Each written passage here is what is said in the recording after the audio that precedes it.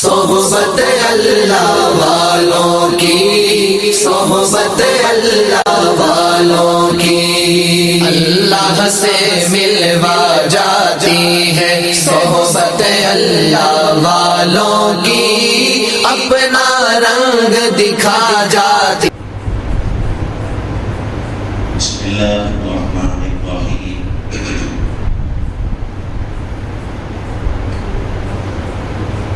الحمد للہ رب العالمین، والصلاة والسلام على سید الانبیاء والمرسلین وعلى آلہ وصحبہ اجمعین، اما بعد فإن أصدق الحديث كتاب الله، وأحسن الهدي هدي محمد صلى الله عليه وسلم، وخير الأمور أواسمها، وشر الأمور محدثاتها، وكل محدثة بدعة، وكل بدعة ضلالة، وكل ضلالة في النار۔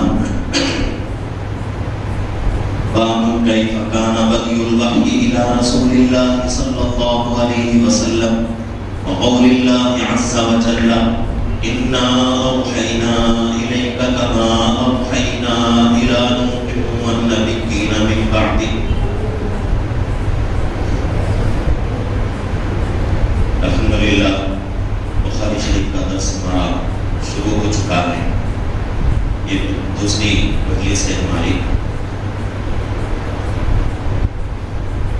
گزشتہ جو مجلس ہماری گئی تھی، پہلی مجلس تھی ہماری، اس میں بخاری شریف کے تعلق سے اور حضرت امام بخاری رحمۃ اللہ علیہ کے تعلق سے بہت ساری باتیں ہمارے سامنے آئی تھی، اور پہلی حدیث جو گزری تھی اس کا صرف میں نے ہلکا سا ترجمہ کر کے اس کو مکمل کیا۔ اب جو ہے یہاں پھر سے جو ہے مکمل طریقے سے اس کا ترجمہ اور مطلب آپ کے سامنے بیان کروں گا۔ یہاں حضرت امام بخاری رحمۃ اللہ علیہ باب جو باندھ رہے ہیں، باب کیف کان بدء الوحی الی رسول اللہ صلی اللہ علیہ وسلم، یعنی وحی کے تعلق سے یہ باب ہے، یہ چیپٹر جو ہے وحی کے تعلق سے۔ وحی کس کو کہتے ہیں اصطلاح میں، یعنی لغوی معنی اس کا یہ ہے کہ بھئی اشارتاً یا علانیہ طور پر کسی بات کو بتانا۔ اصطلاحی معنی اللہ کے طرف سے کوئی قاصد یعنی فرشتہ کوئی حکم لے کر نبی کے پاس لا کر دینا اس نیت سے کہ اس حکم کو اللہ کے بندوں تک پہنچایا جائے، اس کو جو ہے وحی کہا جاتا ہے۔ اور پہلی مرتبہ جو وحی نازل ہوئی تھی وہ غار کے اندر جو قرآن شریف کی ابتدائی آیتیں تھی، وہ سورہ علق کی ابتدائی آیتیں تھیں۔ اقرأ بسم ربک الذی خلق، یہ آیتیں اللہ رب العزت نے پہلی مرتبہ اللہ کے نبی پاک صلی اللہ علیہ وسلم کے اوپر نازل فرمائی، اور یہ مستقل جو ہے ایک بہت بڑا جو ہے مسئلہ ہے کہ بھئی وحی جو ہے کیسے نازل ہوتی تھی، اس کی صورت کیا تھی، اس کی شکل کیا تھی۔ تو اس باب کے اندر حضرت امام بخاری رحمۃ اللہ علیہ ان باتوں کو بیان کریں گے۔